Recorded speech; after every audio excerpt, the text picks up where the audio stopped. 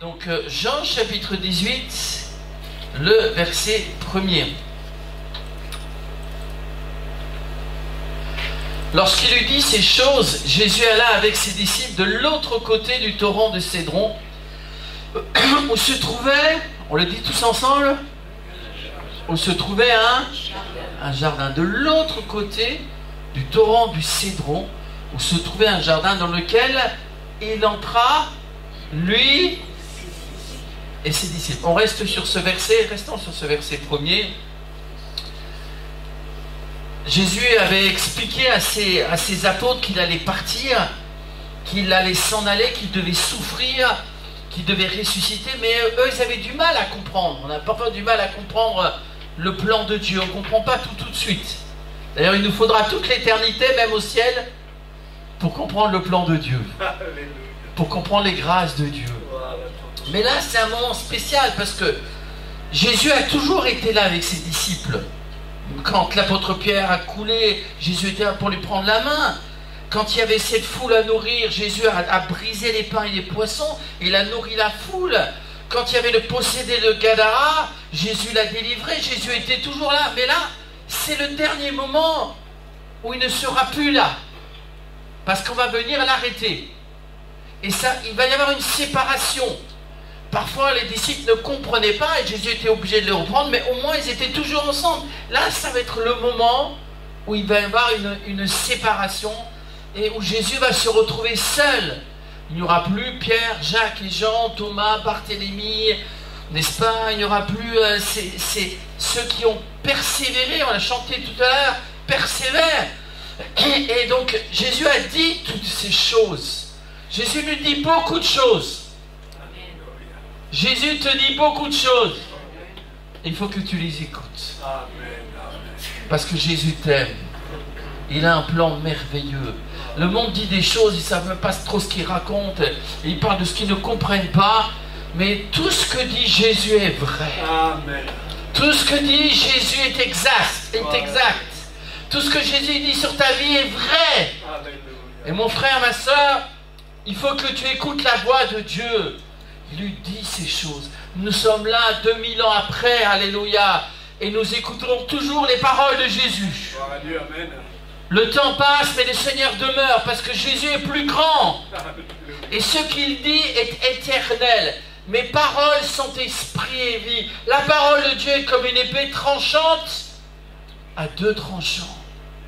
Et cette parole est la vérité. Il a dit ces choses. J'aimerais te rappeler ce soir que Jésus a dit qu'il t'aimait. Amen.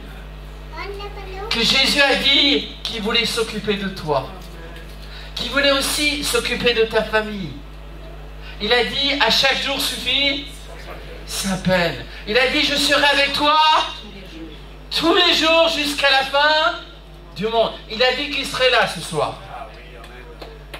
Les hommes de Dieu passent, mais Jésus est là ce soir. Je suis au milieu de vous. Comme dans l'Apocalypse, j'étais au milieu. Il était comme en feu au milieu de cette église. Et Jésus est là au milieu de nous. Il te dit, ne crains pas, mais crois seulement. Il te dit, je veux te guérir. Amen. Je veux chasser ta dépression, ton désespoir. Il dit des paroles de bénédiction sur toi. Alors toi, parle comme Jésus parle. Persévère dans les pensées de Dieu. Il dit ces choses. Alors, Jésus est là avec ses disciples. Est-ce que tu as un disciple du Seigneur? Amen. Un disciple, c'est quelqu'un qui écoute celui qui parle, qui dit, et qui met en pratique. Or, tous ceux qui viennent à l'église ne mettent pas en pratique. Tous ceux qui viennent chanter, parfois même, ne comprennent pas toujours. Mais le Seigneur, lui, il ne veut pas simplement que tu sois sauvé. Ce qui est formidable, si ton nom est écrit dans les livres de vie, c'est formidable d'être sauvé. Amen. Mais c'est formidable, c'est encore mieux que d'être disciple. De venir régulièrement en réunion. Et quand tu rentres chez toi, que la télé ne domine pas sur ta vie. Que le portable ne domine pas sur ta vie. Que tu sois disciple. Que même dans ton appartement soit une église. Alléluia. Que tu te mettes à genoux, alléluia. Et alors le diable ne pourra pas s'approcher de ta maison, de ta famille, de tes enfants, de tes petits-enfants. Il ne pourra pas toucher à ta santé. Parce que tu seras un disciple. Vous savez que dans le livre des Actes des Apôtres, ce n'est qu'à Antioche, la deuxième église, qu'on a commencé à appeler les chrétiens les disciples des chrétiens. Mais avant, on disait, c'était les disciples. Avant qu'on les appelle les chrétiens, il y avait déjà des chrétiens. La première église, c'est pas Antioche, c'est Jérusalem. Il y avait beaucoup de gens qui croyaient en Jésus. Et ils étaient tous juifs au départ. Et à Antioche, il y avait des non-juifs qui s'étaient convertis. Et alors, on les voyait ensemble, manger ensemble. Ils écoutaient la parole de Jésus. Ils chantaient les cantiques de Jésus. Ils ne chantaient pas en espagnol, mais ils chantaient de tout leur cœur. Ils persévéraient dans l'enseignement des apôtres. Ils persévéraient dans la Sainte Seine. Alléluia! Ils étaient fidèles, ils écoutaient. Et alors on a dit, mais ils parlent tout le temps de Jésus le Christ. Ce sont des petits chrétiens. Ce sont des petits Christ. Alléluia. Est-ce que tu vas être disciple de Jésus-Christ? Le suivre, si tu le suis, tu le suivras aussi quand tu vas quitter ce lieu. Amen. Ne dis pas que tu quittes la présence de Dieu, Dieu est partout. Alléluia. Et tu dois suivre Jésus partout. Tu dois suivre aussi quand c'est difficile. Amen. Tu dois le suivre dans les moments compliqués. Tu dois le suivre quand tu es seul. Seigneur, ce soir, nous voulons être des disciples de Jésus-Christ. Parce que Jésus a dit, baptisez-les au nom du Père, du Fils et du Saint-Esprit, et enseignez-leur à observer tout ce que je vous ai écrit. C'est-à-dire, on devient des disciples. On aime Jésus et on le suit. Jésus alla avec ses disciples. Va avec Jésus. Et nous devons tous aussi aller de l'autre côté du torrent du Cédron. Le torrent du Cédron, alors vous aviez Jérusalem, la ville de Jérusalem, et à l'est de Jérusalem, bon, vous avez le nord, le sud, l'ouest, et à l'est de Jérusalem, il y a une vallée et il y a un torrent. Et après, donc ils ont passé cette vallée, ce torrent, pour aller à la montagne des Oliviers. Et à la montagne des Oliviers, il y a ce jardin que vous connaissez tous, qui est le jardin de Gethsémani. Donc il y avait ce torrent du Cédron. C'est un torrent qui faisait 44 km. Et il y avait beaucoup ça faisait comme ça, de virages, de zigzags. 44 km, le torrent de Cédron. Et ce torrent, cette source au torrent, souvent il était à sec, mais quand il y avait de la pluie et tout ça, ça se jetait dans la mer morte. Donc, avec le Seigneur ce soir, j'aimerais que tu fasses ce parcours. Ils ont vu ce torrent de Cédron. Et vous savez, Jésus connaissait la parole de Dieu, puisqu'il est la parole de Dieu, mais les disciples aussi. Et le torrent de Cédron, vous le trouvez dans la parole de Dieu. Il y a un roi qui s'appelait Asa. Il n'a pas aimé ce que sa mère a fait. Sa mère a fait une idole pour le soleil. C'était le roi Asa. Et sa mère s'appelait Maaka. Il a dit, mais je t'enlève ta dignité de reine-mère parce que tu as fait une idole. Et vous savez ce que le roi Asa a fait avec cette idole? Il l'a prise, cette idole, et il l'a jetée dans le torrent de Cédron. Je ne veux plus voir cette idole. On est dans le pays de l'Éternel. Je ne veux pas voir d'idole dans ma vie. Amen, alléluia. Même s'il y a des idoles autour de moi, mais néanmoins, je n'en veux pas dans ma vie. Il y a beaucoup d'idoles dans ce monde. L'idole de l'argent, l'idole de la religion. Ah, c'est moi le plus beau. L'idole peut-être de ta voiture. L'idole de ceci, de cela. Qu'est-ce qui est vraiment important pour toi? Et la reine Maaka, elle a cru que parce qu'elle était reine, elle pouvait adorer le soleil comme les autres nations. Mais nous savons que le soleil, c'est une création de Dieu. Amen. Dieu a créé le soleil pour réchauffer ton corps. Alléluia. Et Dieu t'a donné Jésus Amen. pour réchauffer ton cœur. Gloire à Dieu. Parce que le prophète Malachie dit que Jésus, c'est ce soleil de justice. Et dans ses rayons ce soir, dans les rayons de l'amour de Jésus, il y a ta guérison. Amen. Amen. C'est par les meurtrissures de Jésus que tu vas être guéri ce soir. Amen. C'est par les meurtrissures de Jésus que tu vas retrouver une belle communion avec ton Dieu. Amen. C'est par les meurtrissures de Jésus que tu vas être guéri. Amen. Ton amertume va partir et tu vas bénir le Seigneur. Il y en a qui ont l'idole de la vengeance, ils veulent se venger, l'idole de l'amertume, ils pensent toujours aux mauvaises choses.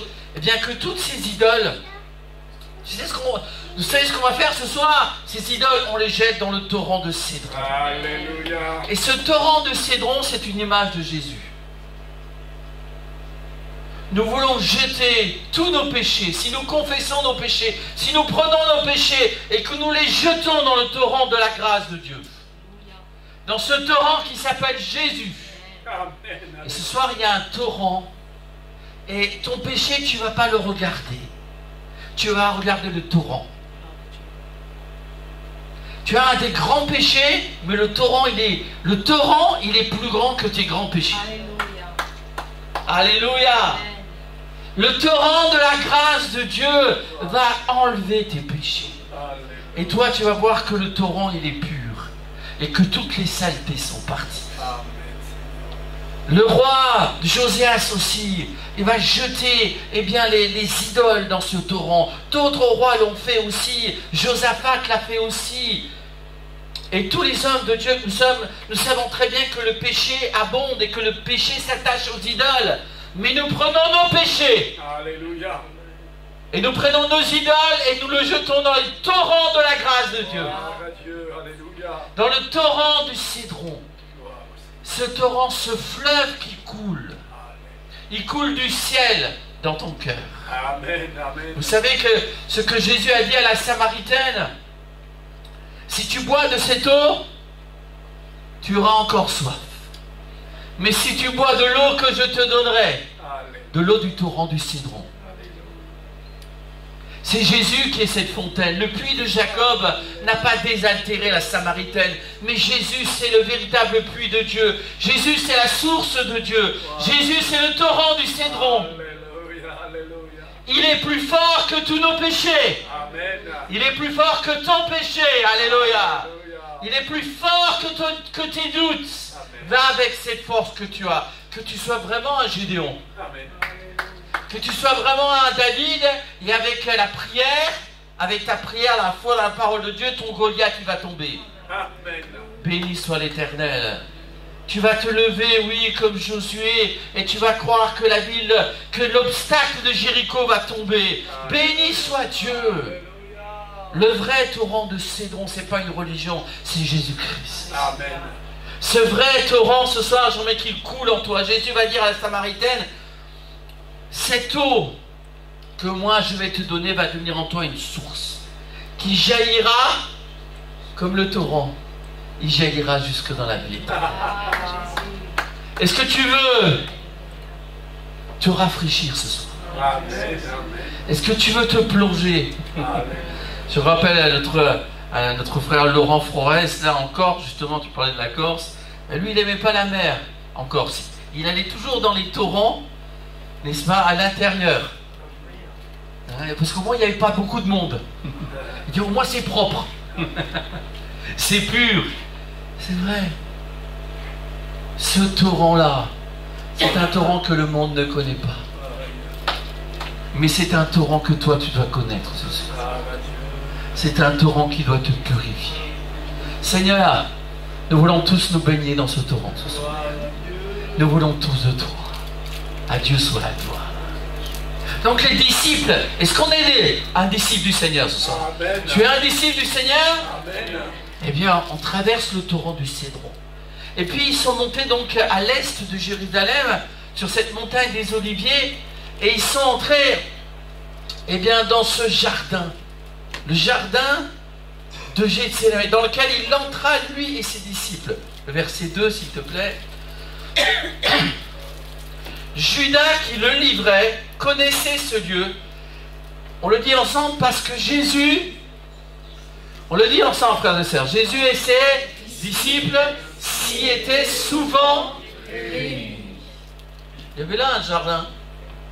Jardin de Gethsémani. Gethsémani, ça veut dire pressoir à huile. c'est là où on prenait, n'est-ce pas, les olives et on les pressait. Et on les pressait encore de plus en plus fort. Et puis il y a la plus belle des huiles qui coulait. Une huile avec laquelle on pouvait soindre. Et aussi, l'huile c'était aussi la guérison. L'huile c'était la bénédiction. L'huile c'est le Saint-Esprit. Mais Jésus et ses disciples. Donc nous avons le Seigneur, nous sommes des disciples du Seigneur. Nous devons souvent aller dans ce jardin. Amen. Tu dois souvent aller dans le jardin de l'Église. Parce que c'est là que Dieu envoie la bénédiction. Et la vie pour l'éternité. Alléluia. Si tu restes chez toi, tu vas perdre quelque chose. Tu vas peut-être pas perdre ton salut, mais ta joie. Et David dira, rends-moi la joie de ton salut. Qu'il est bon, qu'il est doux pour des frères et des sœurs d'aller dans ce jardin. Alléluia. Qu'il est bon d'être disciple de Jésus-Christ. Pas de compter simplement sur la foi des autres, mais toi tu mets ta foi en action. Amen. Pas de compter que sur la prière des autres, mais que toi aussi tu pries. Alléluia. Gloire à Dieu. Ils s'y étaient souvent réunis. Si tu te réunis dans ce jardin, eh bien un jour tu seras dans le jardin éternel. Alléluia. C'est une église, ce jardin, où tu vois pousser le fruit de l'esprit, Galates 5, 23. Le fruit de l'esprit, c'est l'amour, la joie, la paix, la patience, la bonté. Combien de fois les disciples ont écouté la parole du Seigneur dans ce jardin? Pour moi, c'est comme un jardin d'Éden, et il y a l'arbre de vie. Et cet arbre de vie s'appelle Jésus-Christ. Gloire à Dieu. Béni soit le Seigneur. Et moi je te dis que si tu persévères, si tu es fidèle dans le jardin de la communion avec tes frères et sœurs, tu seras béni. Amen. Amen. Oui, tu vas. Il y a quelque chose qui va pousser. Les mauvaises herbes vont être ôtées. Les épines vont être ôtées. Et tout ce qui vient du ciel va pousser. Ne veux-tu pas plus de dons spirituels? Amen. Alors il faut que tu te réunisses souvent dans le jardin de la grâce. Alléluia. Et dans ce jardin, on pourrait penser que tout est bien, que tout est parfait. Mais remarquez, il est question d'un homme qui s'appelle Judas. Judas. Judas qui le livrait connaissait ce Dieu. Judas connaissait ce Dieu. C'est le seul qui parmi les disciples, alors que lui n'en était pas vraiment un, mais il connaissait ce Dieu. Dieu nous a donné le jardin d'Éden dans la Genèse, et finalement le serpent n'était pas loin. Et ici il y avait un jardin, le jardin de Gethsémane, et le serpent n'est pas loin. Le serpent ici c'est Judas. On continue, on lit au verset 3. Judas donc, ayant pris la cohorte, les huissiers qu'envoyèrent les principaux sacrificateurs et les pharisiens, vint là avec des lanternes, des flambeaux et des armes. Jésus, sachant que tout ce qui devait lui arriver, s'avança et leur dit, qui cherchez-vous? Ils lui répondirent, Jésus de Nazareth. Jésus leur dit, c'est moi. Et Judas qui le livrait était avec eux. Lorsque Jésus leur eut dit, c'est moi, ils reculèrent et tombèrent par terre. Il leur demanda de nouveau, qui cherchez-vous? Et ils dirent, Jésus de Nazareth. Jésus répondit, je vous ai dit que c'est moi. Si donc c'est moi que vous cherchez, laissez aller ceci. On s'arrête dans ce verset. Je vous dis que c'est moi. Si donc c'est moi que vous cherchez, laissez aller ceci. Les disciples ne comprenaient pas que cette réunion ce jour-là, dans plutôt même cette nuit, c'était la dernière réunion où ils verraient le Seigneur comme ils l'ont vu pendant des années. Comment est-ce que tu vois Jésus? Est-ce qu'il est petit? Est-ce qu'il est grand pour toi? Est-ce que tu le vois comme une personne douce, puissante, terrifiante? Notre Seigneur est tellement merveilleux. Alléluia. Mais j'aimerais dire ce soir, tu peux demander à Dieu d'ouvrir tes yeux. Finalement, personne n'avait compris qui était Judas. Il était là, dans le jardin souvent, mais lui ne priait jamais. Il n'aimait pas Jésus. Et il y a beaucoup de Judas dans ce monde. Mais un jour, ils montrent leur vrai visage. Que le Seigneur ouvre tes yeux. Ne te laisse pas séduire par des gens qui parlent bien, mais qui ont de la haine dans leur cœur. Ne te laisse pas séduire par des gens qui promettent l'amour et qui n'ont aucun amour dans leur cœur. Judas trompait tout le monde, mais il ne pouvait pas tromper Jésus. Ah, gloire à Dieu. Il y avait là un jardin, tout semble parfait, mais non, Judas était là. Dans la première église, il y avait Ananias et Saphira, ils se sont comportés comme des serpents. Mais Dieu a vu le mal qu'ils ont fait et Dieu les a jugés. Il y avait Simon le magicien, c'était un serpent et il n'avait rien à faire dans la maison de Dieu. Dans la maison de Dieu, c'est le jardin de Dieu. Gloire à Dieu, amen. Dans la maison de Dieu, il n'y a que des disciples de Jésus-Christ. Gloire à Dieu. Et dans la maison de Dieu, les Judas vont partir. Les Judas sont vaincus. Alléluia. Dieu veut que son église soit un jardin. Alléluia. Gloire à Dieu. Où la grâce de Dieu pousse. Amen. Alléluia. Où le pardon de Dieu pousse. Où l'esprit de vengeance est vaincu par l'Esprit Saint. Par l'esprit de pardon. Amen. C'est terrible cela. J'imagine Pierre, Jacques, Jean, les disciples, ils étaient, qu'est-ce qui se passe? Judas, c'est toi le chef de ces gens? C'est toi qui leur montre l'endroit où on se réunit? Mais Dieu le savait. Dieu le savait. Et Jésus va dire, qui cherchez-vous? Jésus de Nazareth. Ce qui est tellement formidable, c'est que le Seigneur, lorsqu'il parle, les ennemis vont tomber par terre. Lorsque le Seigneur parle, nos ennemis, Jésus dit un mot, et mon serviteur sera guéri. Dis un mot et la maladie elle est par terre. Alléluia. Dis un mot et la lèpre elle est foudroyée. Amen. Dis un mot, Jésus, et je retrouve la joie de vivre. Gloire à Dieu. Alléluia. Dis un mot et mon enfant sera béni. Alléluia. Dis un mot ce soir, Seigneur. Alléluia. Les ennemis tombent, ils tombent. Un jour, tous les ennemis tomberont. Et la terre redeviendra un jardin. Amen. Et le diable sera enfermé éternellement dans l'abîme, avec la bête et le faux prophète. À Dieu soit la gloire. Gloire à Dieu. Et les nations pourront de nouveau se saisir de l'arbre de vie et guérir. Nous attendons que Jésus revienne, parce que c'est lui le divin jardinier. Vous vous rappelez que lorsque Marie de Magdala pleurait, mais où est-ce qu'ils ont mis? Moi je cherche Jésus. Qu'est-ce que tu cherches ce soir dans le jardin de Dieu? Jésus. Est-ce que tu cherches Jésus? Amen. Alors elle était là, Marie de Magdala, elle dit, mais où est-ce qu'on a mis le corps de Jésus pour qu'au moins je puisse me consoler en voyant son corps? Mais elle n'a pas reconnu Jésus, elle pensait que c'était le jardinier. Mais elle n'avait pas tort. Elle n'avait pas tort. Jésus, c'est le jardinier. Est-ce que tu veux que Jésus soit le jardinier de ta vie? Amen. Il veut enlever les ronces. Il ne veut pas que les bêtes sauvages rentrent. Il veut enlever les épines.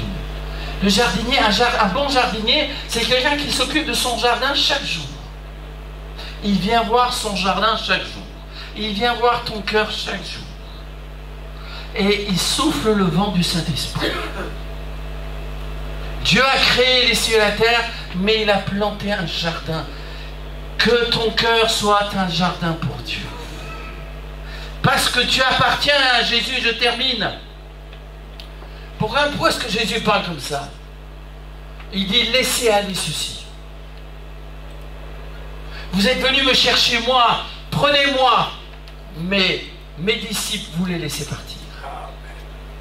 Jésus prend ma place. Jésus prend ta place. Le divin jardinier est pris et il va mourir à la croix. Et dans son sang précieux, il est la guérison pour nos âmes. Nous sommes comme des plantes malades, mais parce que nous avons été greffés en Jésus, maintenant nous sommes guéris. À Dieu soit la gloire.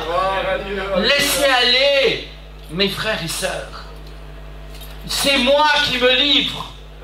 Prenez-moi. Jésus savait qu'on allait le prendre. Il allait recevoir la couronne d'épines. Vous savez justement cette couronne d'épines qui vient du jardin d'Éden. Tu produiras ton travail à la sueur de ton front. Et Jésus a pris sur la sueur de son front cette couronne d'épines. Le divin jardinier reçut cette couronne de souffrance pour toi et pour moi. Amen, alléluia. Il va être frappé.